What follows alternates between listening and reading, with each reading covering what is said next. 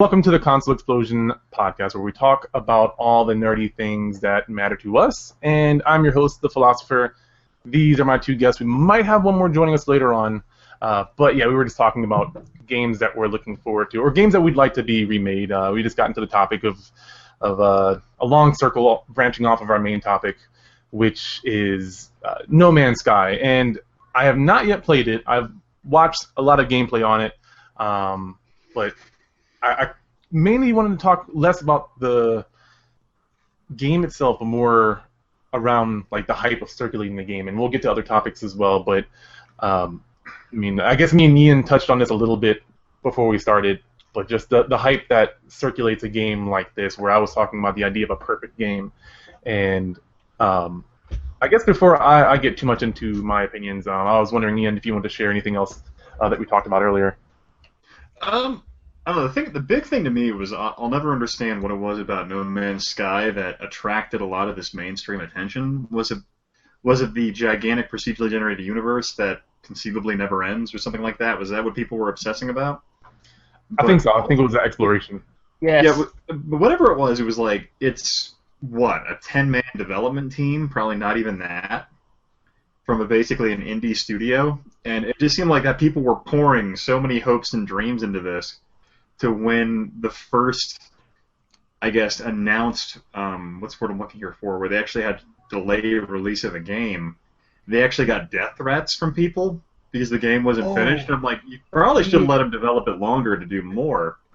Because based on the stuff I've seen, it looks like they promised a lot of stuff like Spore, but then currently there's no multiplayer where you can't explore with your friends. The crafting system seems kind of pointless. And then it's just like kind of the planets are all relatively similar with the exception of color palette changes, and that there might be procedurally generated animals that are a little different on each planet. So I never understood what people were expecting out of the game, if that makes any sense. I'm not sure what they thought they were being promised or sold, but the developers themselves didn't help this any by not like downplaying any of the hype, because it only really benefited them selling the game, but they're probably going to suffer now. Yeah. I'm pretty neutral on the game right now. It looks really cool, and I can see why people are so excited for this game. I mean, people love exploration, and honestly, the way the game looks to me is I've actually been playing Starbound a lot lately, and it seems like a 3D version of Starbound, which was a game that was somewhat inspired by Minecraft or Terraria, and then Minecraft. You know, these sort of sandbox do anything you want games, but this one is also a space themed, kind of like Starbound. But can you even build a base yet? That I don't know. I know you do have your ship, which is. I know you have your ship, but I don't think you can actually build bases or anything yet. So it's not even that. I feel like they plan on putting crafting in there. It makes sense, yeah. They'll plan on doing that. But I think what would probably make the game, No Man's Sky, give it the hook, which I think would have made it reduce the amount of controversy is the wrong word, but and the controversy is absolutely the right word. I don't know if this has been mentioned already, but including some, I don't know if this has been said already, elite-like elements, like in terms of, or rogue galaxy or that sort of thing, where on top of the exploration and going down to planets and that sort of thing, having the ability to cut, and to a certain degree the ability to customize your ship, but also some of the trading elements and having factions that you can take missions from. So adding one more level of gameplay beyond just explore the galaxy and try to reach the middle.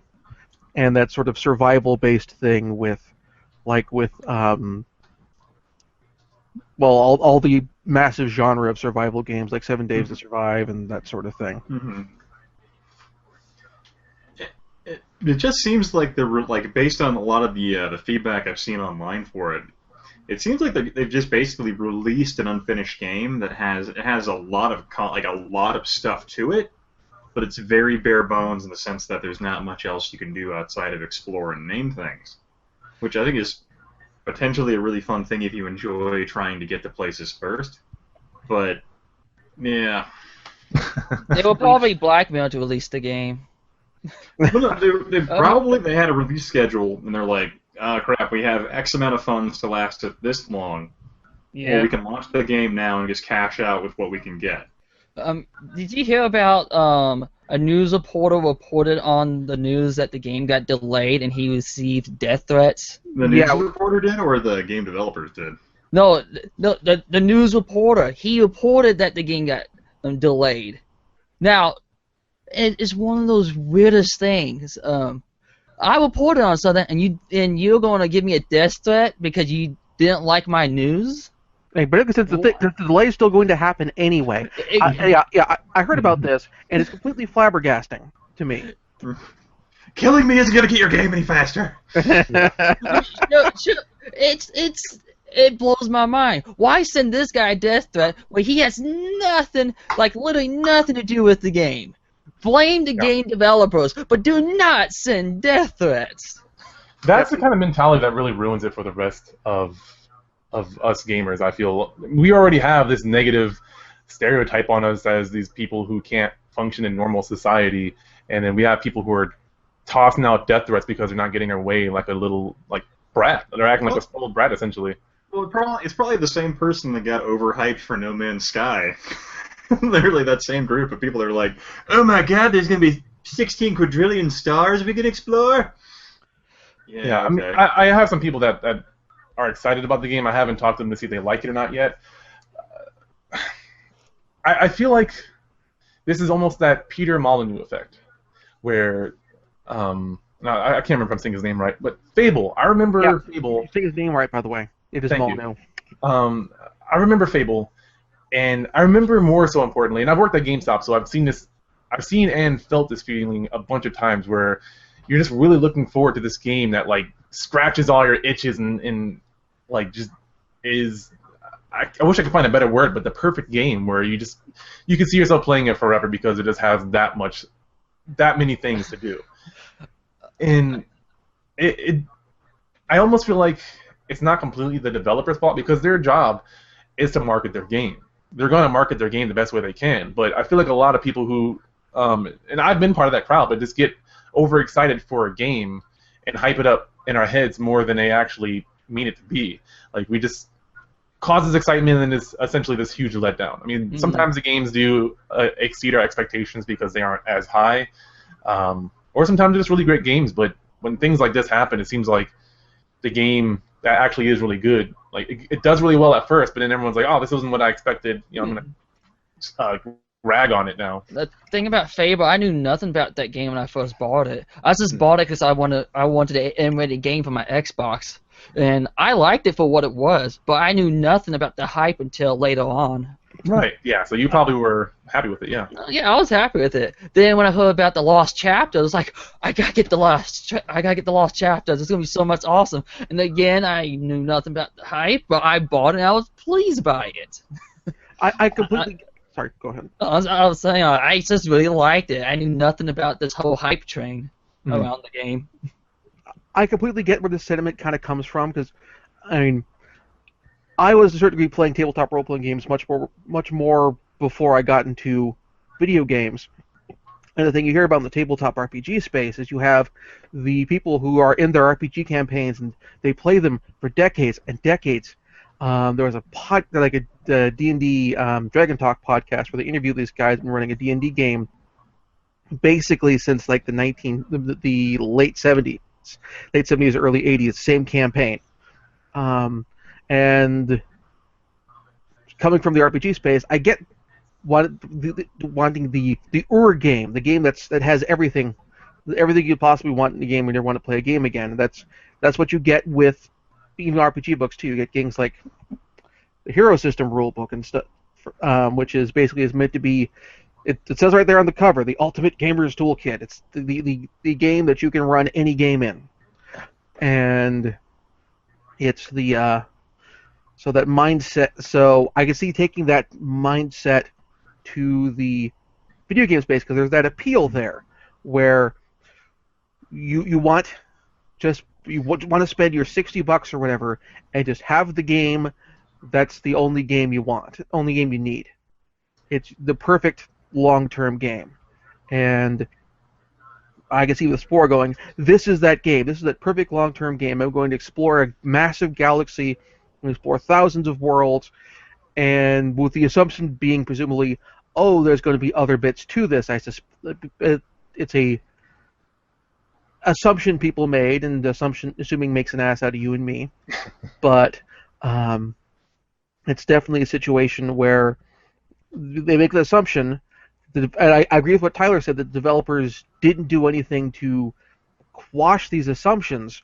And so people come in expecting the world, because they look at this and they see the world. They see multiple worlds in the universe.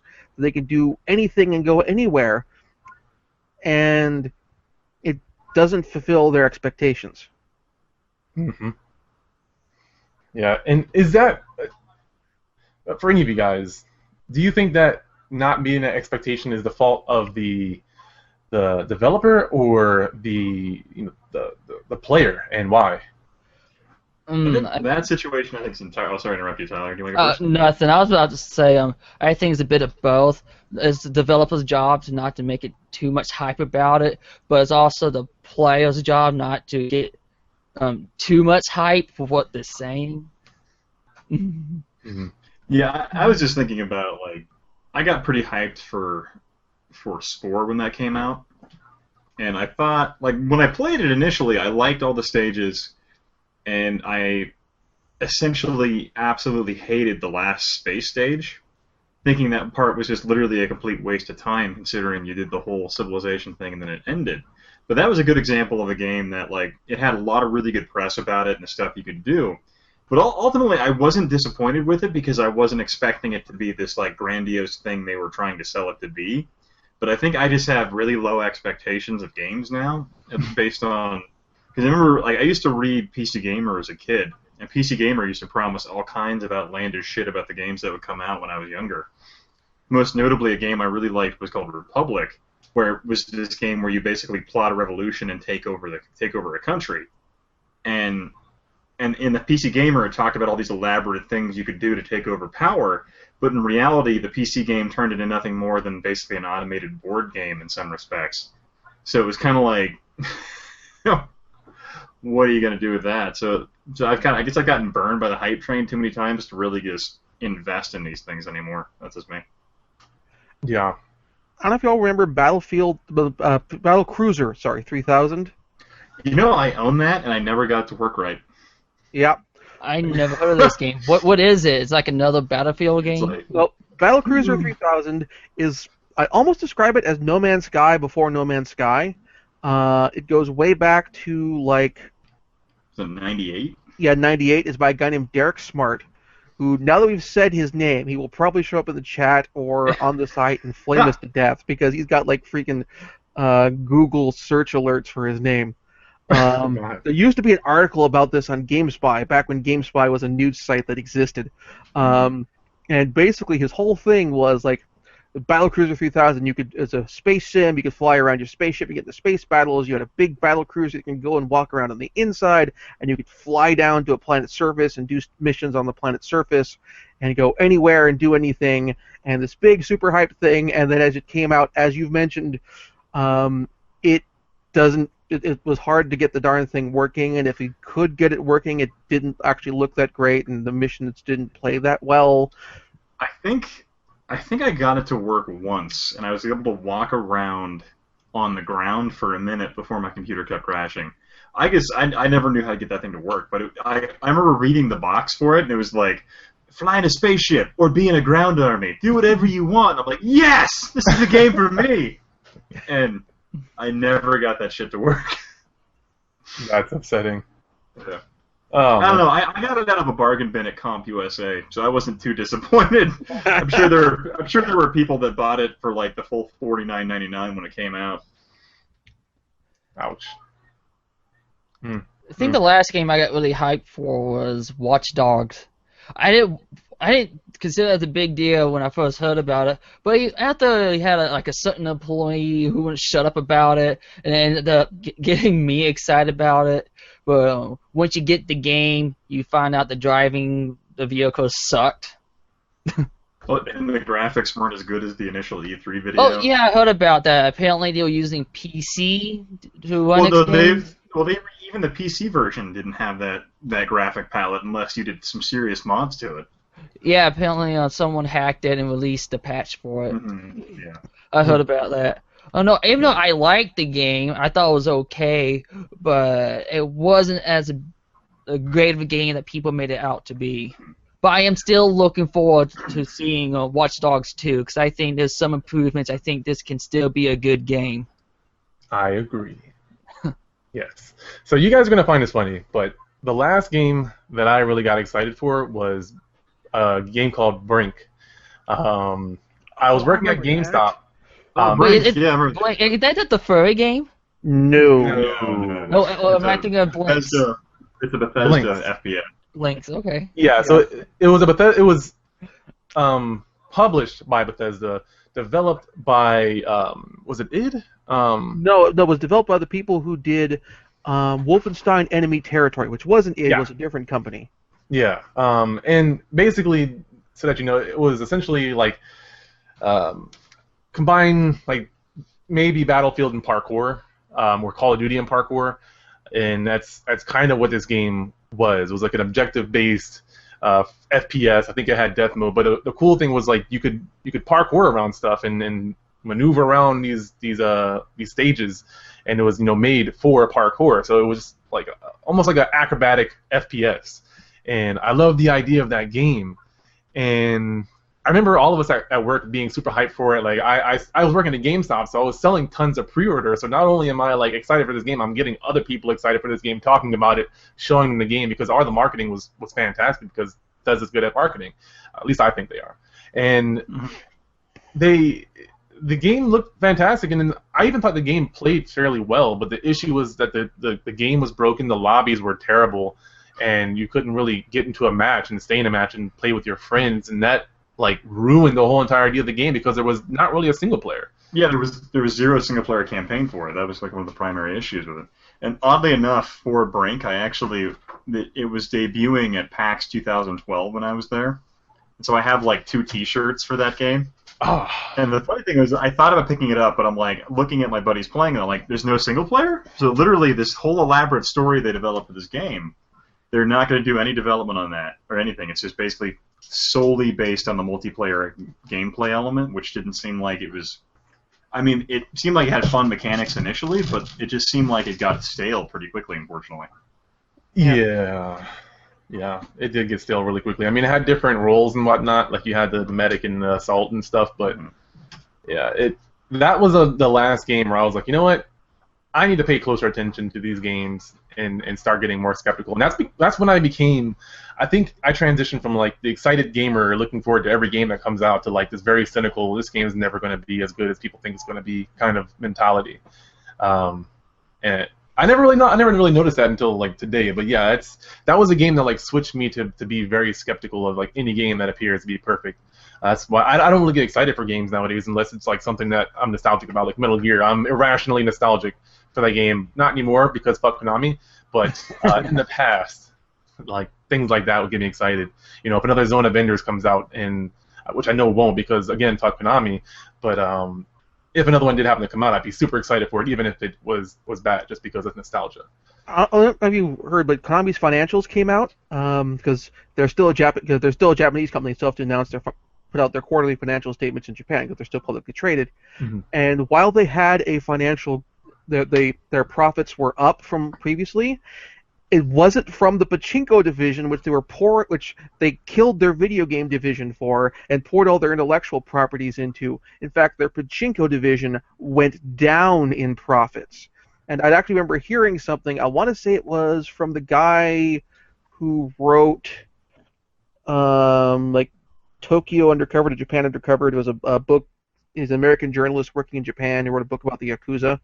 I have a copy of it, but anyway, I was basically talking about actually the pachinko industry and the pachinko market has been going downhill over the past few years. So I see where this has come. So this is not really a surprise if you're paying attention to the Japanese sort of pachinko industry.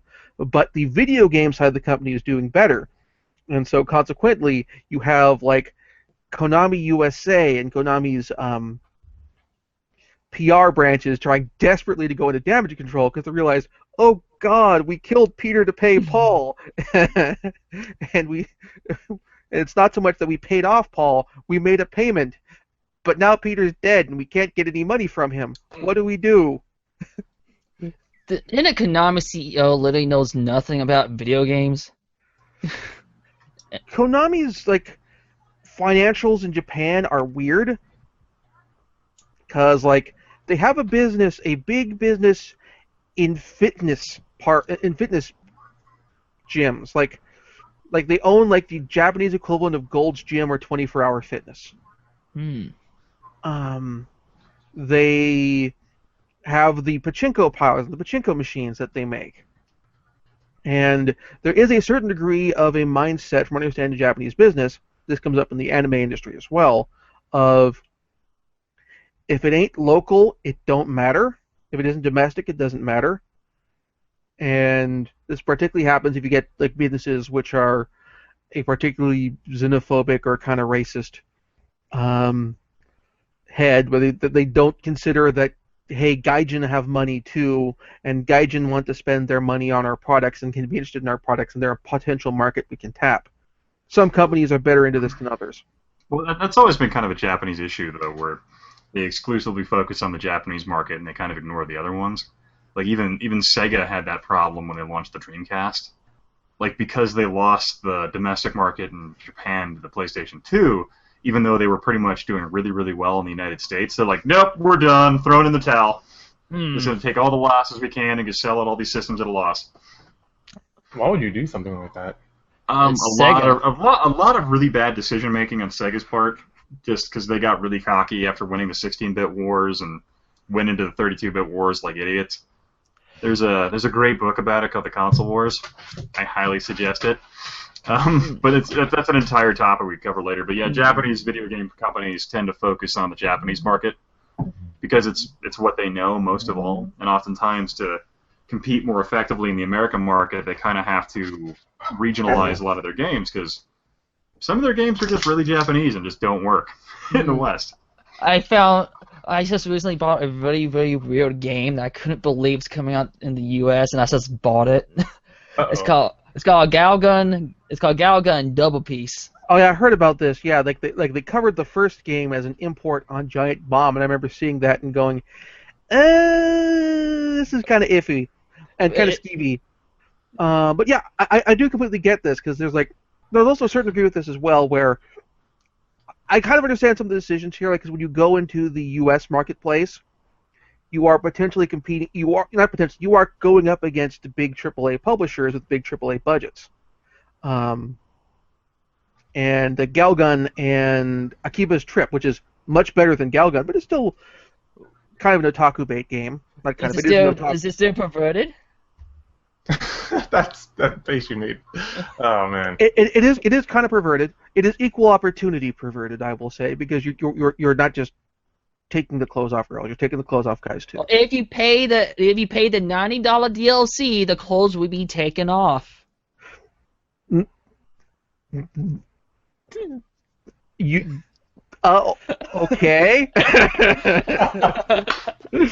Oh my god. I can't even, Tyler, I can't even deal with it right now.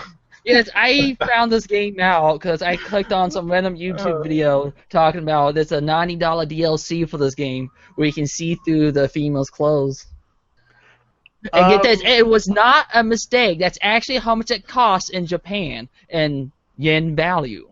I'll say for Akiba's Trip, this fundamental game mechanic involves taking clothes off people in order to defeat them, both male and female. Whereas Galgun, I know it's just female characters. And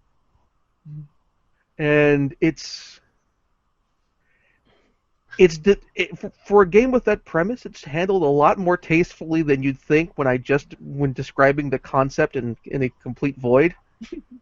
I'm trying to imagine that, but it's. I think I broke you. You did kind of break me. Chapman Welcome. comes in the military uniform going, "This has now gotten entirely too silly. We should move on to this next sketch." Yeah, oh my God, Tyler, I can't even deal with your craziness today. Hey, I love you. I love you so much. but Tavian, aren't you into hack and slash games? Yeah, why? Then you might like Senua Kagura. Oh, I've heard of this game. I love Senua Kagura. I bought that. It's like, this game sounds stupid. I'm gonna buy it and say how stupid it was. I was not expecting it to be such a great game with such a perverted concept. Yeah. I loved it so much. I started collecting all the games, and I found out this is only exclusive in Europe and Japan, but we only got a digital download. Sorry. No, I was going to say, I had to get the physical copies, even though the physical copies won't work on the 3DS, but I went ahead and bought a digital version and bought a physical copy. I love that game so much. I'm always looking for the next sequel. Tyler. I will say on behalf of Akiba's Trip, which is also a beat 'em up. Actually, it's not so much a hack and slash. It's straight up beat 'em up brawler, with some RPG elements. Is what makes the game appeal to me. Aside from the any of the sort of the anime stylings and that sort of thing, is the brawling is really well done. I like how the controls for each characters are and how the weapons handle very differently. Which works really well from a sort of fighting game, figuring out your combo standpoint. And also the fact that the game, you know how in like the Yakuza games and in The World Ends With You, the games have like a really perfect snapshot of a real-life portion of Tokyo, like Kaburucho being Kabukicho and that sort of thing. For Akiba's Trip, it's set in Akihabara, and it's like they got permissions to use the locations of real-life stores, and they are where they're supposed to be. And one of the collectibles in the game is getting advertisement flyers for various stores in real-life stores in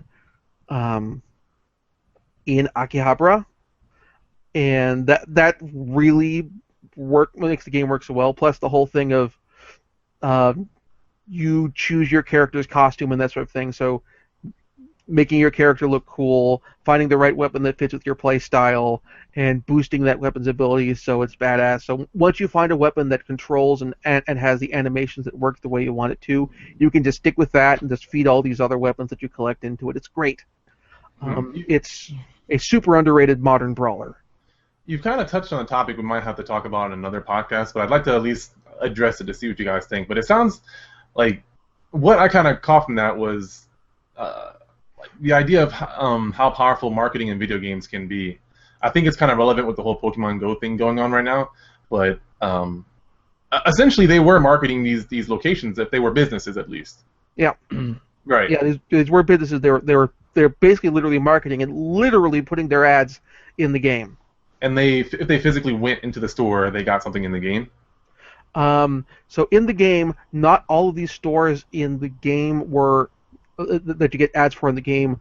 You can visit in the game. Some of them are some of them actually are stores in game that you can buy power-up items and that sort of thing.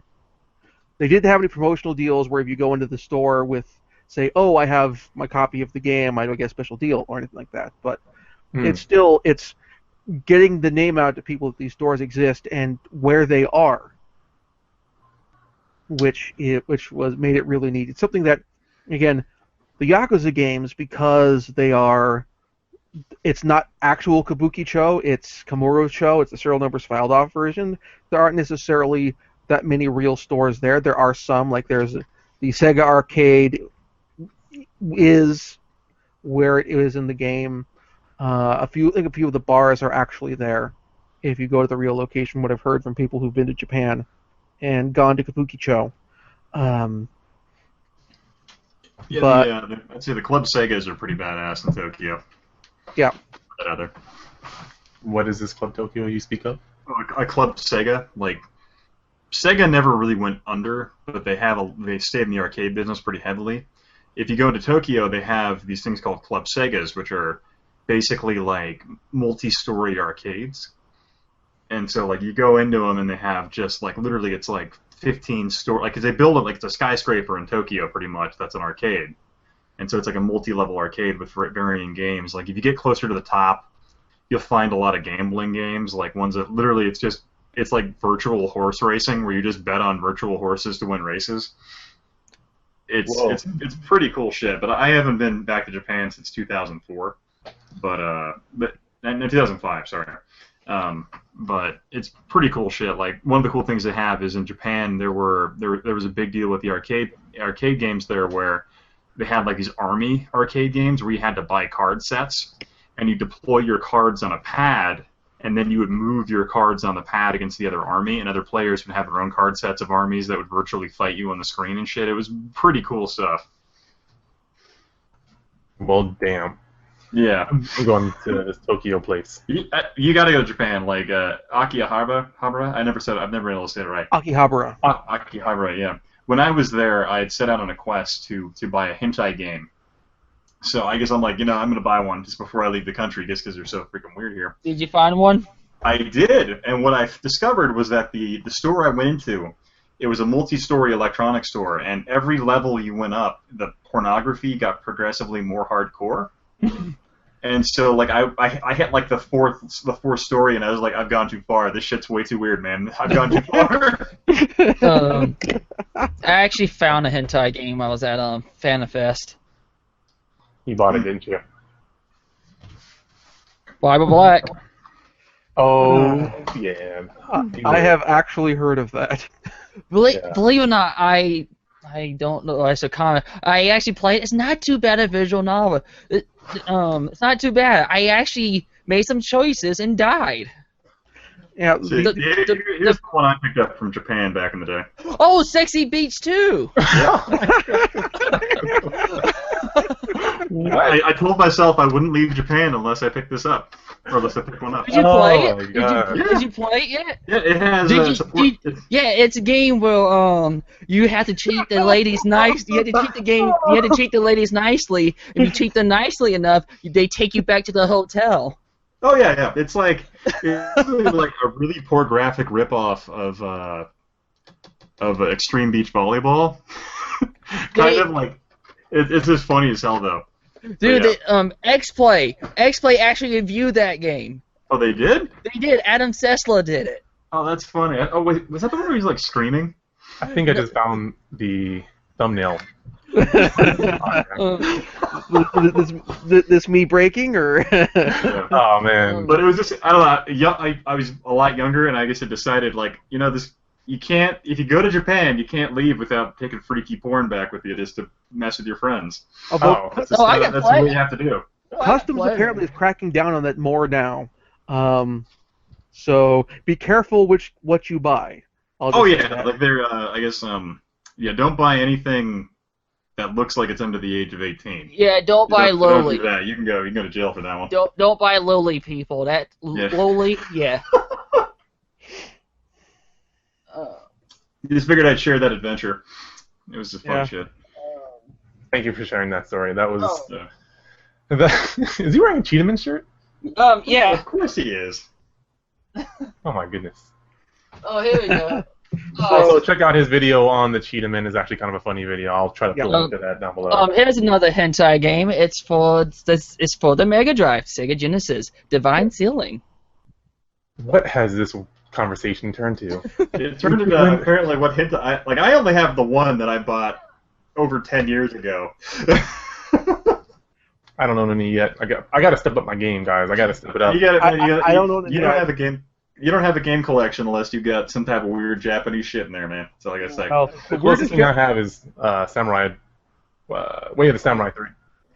The weirdest Japanese stuff I got. This is the English version of it. I got Dungeon of the Curry God or whatever it is. Tyler probably know this. The Curry Saga or something. Dungeon of the Curry God or something like that. Catacombs of the Curry God. It's a sort of action RPG for the Vita. Picked that up, and also picked up a few because I worked on 5. I've been picking up some import games. I got Wizardry. The box says it's Wizardry 2, but it's actually, if you go by the series numbering, it's Wizardry 3. Wizardry ain't the first one came out in North America actually? Yeah, on the NES, the first 2 came out in North America. Okay. I think I got them. Yeah, Proving Ground of the Mad Overlord and Knight of Diamonds. And actually, from what I've heard, this has an English translation on it already. You don't need a patch or anything like that. So, yeah, there's that. Speaking of RPG stuff, is it right, Tavian, if I mentioned the other news story I wanted to mention in the chat earlier, wanted to bring up? Yes, we can go ahead and make that our last topic. Okay, so this past week at there was Gen Con in Indianapolis, Indiana. Used to be in Lake Geneva, Wisconsin, but it outgrew Lake Geneva, so it went to Milwaukee, Wisconsin, outgrew that, and now it's in Indianapolis. Best 4 days of gaming, and one of the things they have there is the ENnie Awards. It's held by put on by Ian World. It's a tabletop gaming news website. It's an award for excellence in tabletop role-playing. And I've just posted the link in our chat, and someone wants to pass it on to the other chat. And so the awards are up. It's great kind of taking a look at this just in terms of the length and breadth of tabletop role-playing. I know when I listen to like other mainstream games press talking about tabletop role-playing, the assumption is all there is Dungeons and Dragons. That's why I do my annual. If you like video games, check out these. If you like these video games, check out these tabletop role-playing games videos. And there's a really interesting and broad variety of stuff in there in terms of titles. There's we have like Japanese, like translated Japanese tabletop role-playing games like Ryutama. There is Feng Shui 2, which I backed the Kickstarter of, and I have my copy here, which won for Best Rules and got second place in Best Game. And like the Curse of Strahd Adventure Path for D&D 5th Edition. And various other great stuff. So I gotta ask, because I've played a few tabletop games. Tabletop games. I've heard of these tabletop games. Or what are these tabletop games of which you speak? But how do they judge what is and isn't good? You know, I've played a few tabletops, but I don't know how they would go about doing that. So, to a certain degree, the ENnie Awards are a People's Choice style award, where people submit works for nominations, either themselves or other people, and then they have a web form that you fill out with various steps to make sure to avoid voting fraud and people voting multiple times and that sort of thing. And it doesn't have any of the you have to be a paid member to vote kind of things like what the Hugo Awards and stuff have. And the categories are based on various factors: the best art cover, and best interior art, for example, based on the rules in terms of how well written are the rules, how easy is it to pick up and play the game, and to run a campaign in it without too much issues. For like campaign materials, how fleshed out is it for the setting materials in terms of, okay, reading this, I have the information I need to pick up and run a campaign. For the video game, for the video game tie-in stuff, for example, we have one of the books in there is the Dragon Age Core Rulebook. This is from Green Ronin. They have the rights to do a tabletop role-playing game based on the Dragon Age video game series. And they've been putting out little setting books for after Dragon, the box sets, taking you through chunks of the system, one after Dragon Age 1 came out, a second one to coincide with Dragon Age 2, and a third to tie in with Inquisition, taking you basically up to, like through 1st to 20th level, like the old basic Dungeons and Dragons, like the basic expert master companion Immortals BCMI set, also called Metzer D&D, and the book that came out, which nominated for tons of awards, was basically, okay, rather than to buy 3 box sets, here's everything. One place, here you go, here's what you need to run your Dragon Age tabletop role-playing campaign. All the rules you need, all the setting information you need, which means if you're a fan of Dragon Age and want to learn more about Thedas, there's more information there, all nice combined into one place, for example. That's interesting. I wish I had the opportunity to play more of these games. I remember you telling me about the Roll20 thing, which is basically, for anyone who doesn't know, you can play D&D online. Which I don't want to tangent too far, but I'm kind of curious which one got best game there, just out of curiosity. So best game. All right, so look at best game. Dragon Age Core Rulebook won the Gold Award for best game, as far as for best overall game, with Feng Shui 2, which I have here, winning second place. Feng Shui 2 is if you can't tell from the cover, is a tabletop role-playing game inspired by Hong Kong action movies. So basically taking everything from your Crouching Tiger, Hidden Dragon sort of wuxia style thing, all the way up to going to your 1850s Once Upon a Time in China series, to your modern Both Guns Blazing John Woo style action fest, or Donnie Yen in Kung Fu Killer, they always have a sort of dark future setting. That game got my attention. With the first edition, it was a cyberpunk-inspired thing, but this one, because of some stuff they did with the meta plot to shake everything up, it's now Mad Max-inspired.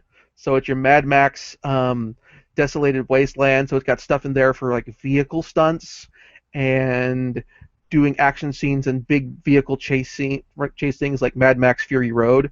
So you've got Kung Fu on your big... so imagine the ludicrously over-the-top action scenes from Mad Max Fury Road, and then add some Kung Fu on top of that. Kung Fu, perhaps with some of the Crouching Tiger, Hidden Dragon style wire work.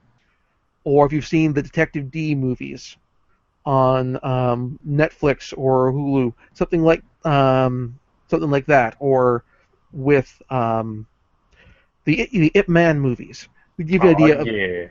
So this basically covers all of that stuff. This is putting it in kind of perspective, this is meant to be the heroes. This book's kind of been around for a while. Is meant to be something for meant to cover everything from superheroes to just general action to science fiction to cyberpunk. This is meant to kind of simulate any kind of action movie that you can imagine. I'd hit it. Yep. And it's nice. It's actually fairly simple, straightforward to play too, in terms of aside from needing the book, because some games require a broader variety of dice and that sort of thing. There's this role-playing game system I like called Savage Worlds, which is fun, but it requires all of the dice, everything from a D4 to a D20. Feng Shui, you just need six-sided dice. You need different colored six-sided dice, but you just need six-sided dice. That's pretty cool. I love the martial arts from Jackie Chan, Bruce Lee, Tony Jaa, Donnie Yen, Jet Li. I can go on forever, but that's pretty cool. I'm gonna have to check that out. So cool. But I guess we're about out of time. It's painfully hot. If you guys live in Michigan, the humidity is terrible. The last thing I want to mention is, let us know what you guys thought of No Man's Sky if you've played it, but also if you've ever had a game that really disappointed you, something that you got hyped up for but fell short. Love to know your thoughts. Or if you've ever bought a hentai game in Japan. Yeah. There you go. Yes. I'll go down the line here, and everyone can let you know where you can find them and how you can reach them. Starting with Alex. Okay, so you can find me at youtube.com/user/count0or. That's ZEROOR. And my latest video right now is my sort of meta review of the story of film and Odyssey, which is basically a documentary TV series about the history of cinema. it's a really neat series. Although it has some real flaws, which I get into in the video. So check that out.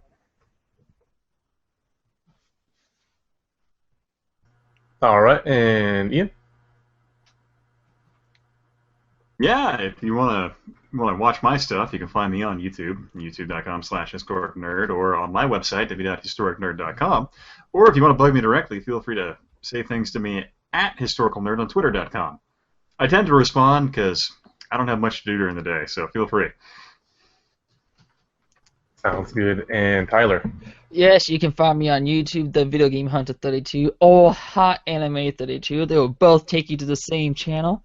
And I also have a Twitter where I basically post some random stuff or random thoughts.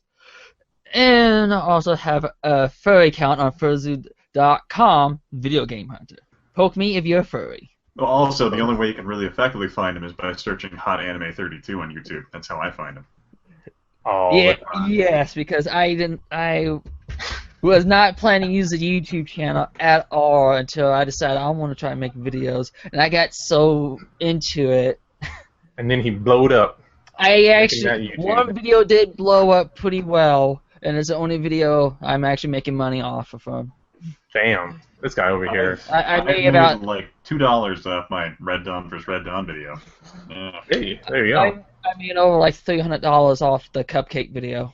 Goddamn, nice cupcakes. I'm not gonna ask. Anyway, I am planning to do a sequel called Cupcake to the Baker's Dozen. Please just do a My Little Pony remake scene of American Psycho where it's hip to be square. Please Send me a clip and I might. Oh my god, I'm sending you that clip right now.